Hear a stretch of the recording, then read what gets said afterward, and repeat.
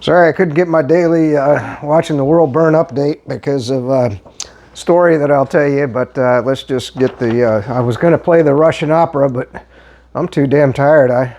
Whew, hell of a day.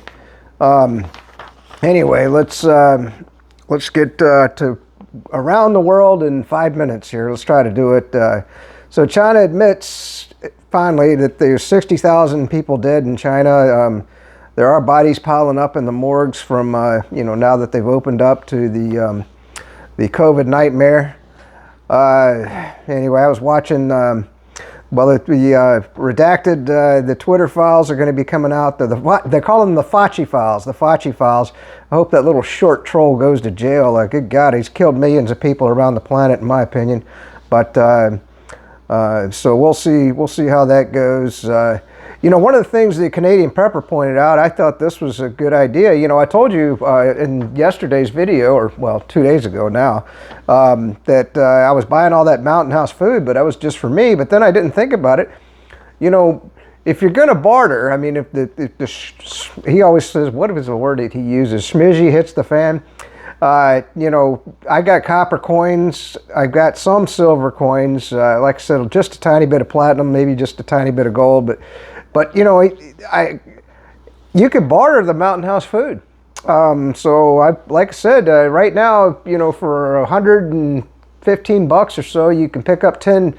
Well, to me, it's 20 meals. It's 2 servings per pouch, and that stuff keeps till, like he was pointing out, 2052. And it's pretty nutritious, and so I highly encourage. And the fact that he's recommended, I mean, this guy, this is what he does for a living, is he sells. Well, that's why he's called the Canadian Prepper. He sells all kinds of preparation gear, and he's recommending Mountain House. So if he's recommending Mountain House, I feel good about it. And he did talk about some of the other bands or brands that you can get, but they don't keep as long and they're not as nutritious, so you do what you want. So yeah, there was another video. I found this very interesting. When you look back on 2020, January, when I was sick to death, almost died from COVID, Fauci was warning of a pandemic at that time. Now, if you look back, we kind of know that the pandemic started a lot sooner. It's probably around, well, it's been dated as far back as September of 2019 in China. So Fauci was obviously aware of what was going on, and so he was out making public statements that a pandemic was coming, and that was before anybody in the United States knew what was going on. So why would he be admitting that? So I think that's going to be an interesting play if he ever does have to testify before Congress. Who knows? A friend of mine today, because I was talking about, I said, well, who in the hell? I mean, because we're obviously getting, Biden's on his way out. The Democrats they don't want him to run. They put out all these classified documents. They're trying to take him out as in the quietest way possible. They're not going to admit to his dealings with China or Russia or, his son's Burisma and all of that stuff. But so they're going to use these classified documents to take Biden out. Of course, and all of Obama's cronies right now are running all of the deep state. And so what my buddy proposed, he said, well, they'll run Michelle Obama. Holy moly, I never thought of that. And the Democrats, they love Michelle Obama. And so that would be a good run for them as far as the leftist lunatics go. They'll probably get behind her in droves, and that should give Obama, he'll probably buy another mansion in Montana, get something in the central part of the country, build a bomb shelter underneath his house. At our expense, at taxpayer expense. I'm sure China is going to give him a lot of funding for another mansion. He's got the mansion on. That's one thing I always wonder. Why don't Democrats question about the fact that their leaders get extremely wealthy? Where does all that money come from? But the Democrats love it. I guess maybe it's just like this. It's a psychosis or something, right? I mean, when you look at, probably Obama's worth $1 billion right now. So where did all that money come from? Well, it came from you and me and China and Russia and everywhere else. I mean, these are the most corrupt people on the planet, but the Democrats love it. I guess, well, and a lot of people in the Democrat Party get a lot of kickbacks, and so, I'm happy for them. Britain is sending 14 battle tanks to Ukraine. I think Germany's going to send some Leopard tanks. There was a couple others. So this was very interesting. I thought, isn't it great how they want to take away yours and my guns, especially in Illinois right now? That's a huge thing. They're saying, oh, we're going to take away guns to make people more safe. But yet, the devils at Davos, I call them satanists, Satan people at Davos, they got 5,000 soldiers heavily armed with machine guns and heavy weapons protecting them at Davos. So that's the protection that they get, but you're not allowed to own a handgun. So that's just how I just view that. The title of this video is going to be "The Russians Enter Bakhmut." This was a really little tidbit that I couldn't believe. I had to hunt around on all the channels. I didn't realize that they're actually fighting. There's fighting going on right now in the eastern half of Bakhmut, and the Russians have taken over the east, west, and south. So the encirclement is continuing, but they've left the west retreat route open. And now that either means they're going to massacre the Ukrainians coming out of Bakhmut if they decide to retreat. Or if the Bakhmut, I don't know how many Ukrainians are still in Bakhmut, but if they continue to stay there, I imagine at some point Russia's just going to encircle the whole thing and destroy them, and of course, if they decide to fight to the death or surrender, I don't know. I'm not sure I want to surrender the Wagner group, a bunch of convicts. So today, you always hear from your media that Russia's running out of missiles and they don't have anything left. So in the early morning, ballistic missiles hit a lot of targets. The estimates are 28 to 80 or more. And these are and I was wondering, why in the hell, these are the KH-22s, or they could have been the KH-32s. I mean, when you think about it, these are, just to tell you the stats on these things, they're coming in at Mach 4.6. Now, if you understand kinetic energy, when something hits the ground, I mean, it doesn't even have to have a warhead. When it hits the ground at Mach 4.6, holy shit, I mean, that's a huge explosion in and of itself, and I'm sure with the warhead added on. So I don't know what Russia was trying to hit with, obviously, well, they were hitting the energy infrastructure, but I mean, major damage had to be done. And the thing that was really interesting was the war sirens in Ukraine didn't even go off. They didn't even know these missiles were coming in. So they went completely undetected in the morning with their area alarms.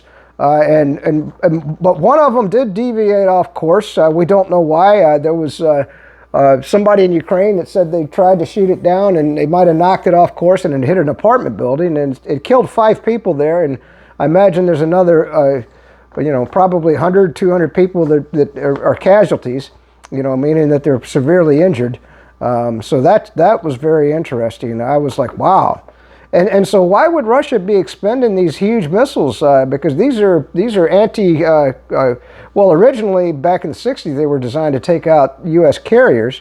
So I don't know why they'd be expending them on Ukraine, but, I guess there's all kinds of speculation. They wanted to see if they could get through the Ukrainian defenses undetected, which they did. They wanted to see... maybe they were just testing some old equipment and said, you know what, we've had these things sitting around since the 60s. Let's go ahead and just use them on Ukraine. I mean, you think about it, in peacetime, that's what you do, is you launch missiles to test out the hardware that you had and see if it works. Well, so maybe they were just testing them. Of course, Andrew Mykosis, or gosh dang, I wish I could pronounce his name. His speculation is that they're going to use them on the Dnieper bridges, the Dnieper River bridges, and that'll eliminate the supply lines from the west to Ukraine, and that would be a good use for them. And then I tell you, I'm learning all these stuff from just studying all this. Boy, these Zircon hypersonic missile. Now that's the most advanced missile in the Russian armament. And that's an anti-ship missile, and you think, well, okay, they could use those, but I imagine those are much more expensive to produce than these old K-22s or KH-22, which they've been upgraded now. They all call them now the KH-32, which was a recent upgrade within the last probably 5 years or so. So those are much more modern. So we don't know whether it was the KH-32 or the KH-22s. If I was Russia, I'd be just using the KH-22s. You know, I'm sure that they would just use that. So let's see.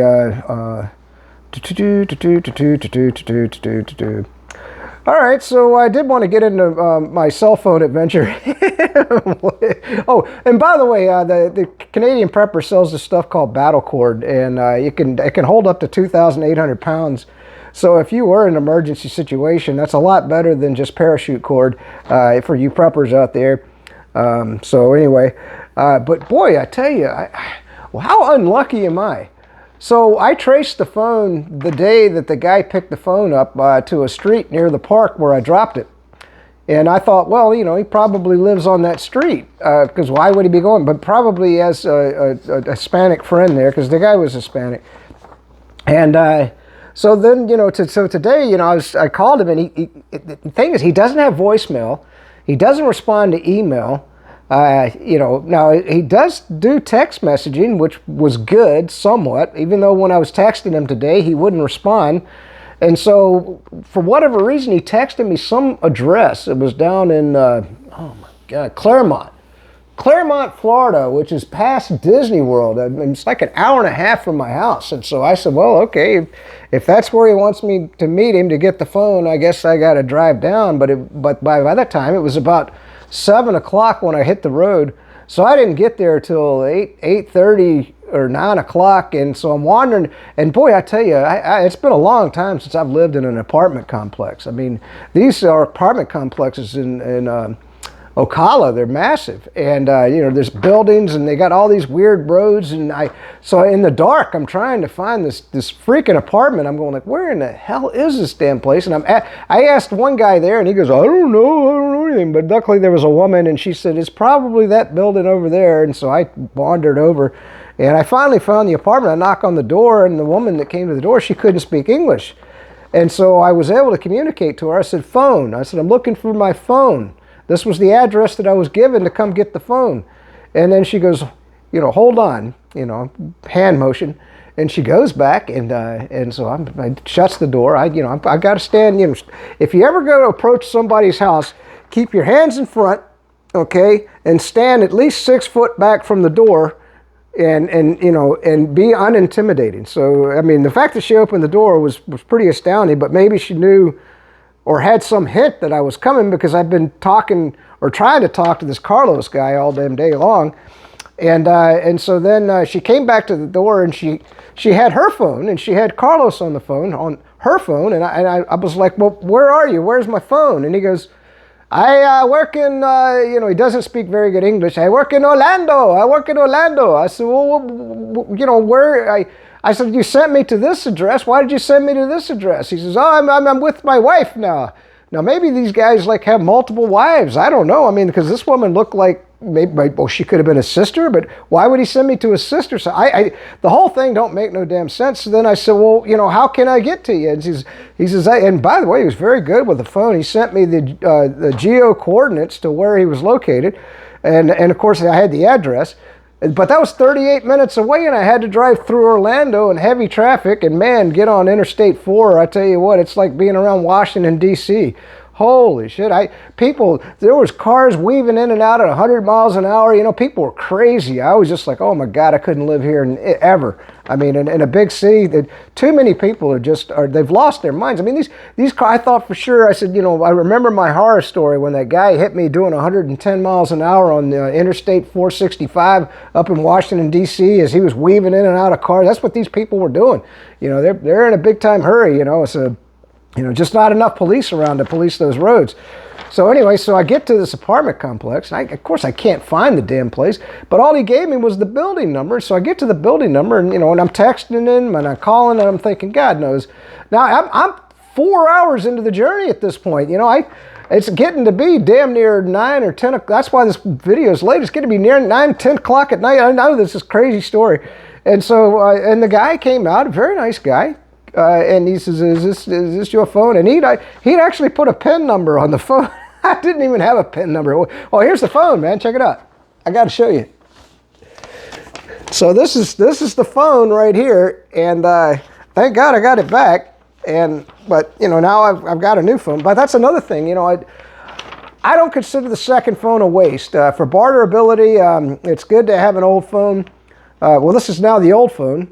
There was the new phone. Just bought it back in July, and so the new phone is an exact duplicate of this phone. But I did find it funny that he had PIN protected my phone when I had not even PIN. That's why I had to wipe the phone, because he wouldn't answer the phone when he picked it up. And what are the odds that somebody in Ocala would pick up a phone at a park where I go hiking and take it 2 hours away? You know what I mean? Oh my God. And then try to kind of get in touch with people to get it back to me. I mean, that was very good. I mean, I just shook his head. I wanted to scream. I wanted to say, why didn't you turn it into the police? Why didn't you answer the phone when I called it 4 times? You know, why did you make me drive all the way to Ocala? But I backed off, and this is what you got to do. You got to just thank your lucky stars. And I shook his hand. He was a nice young man. I shook his hand and I said, thank you for being an honest person and attempting or working to get my phone back to me, even though you ran me.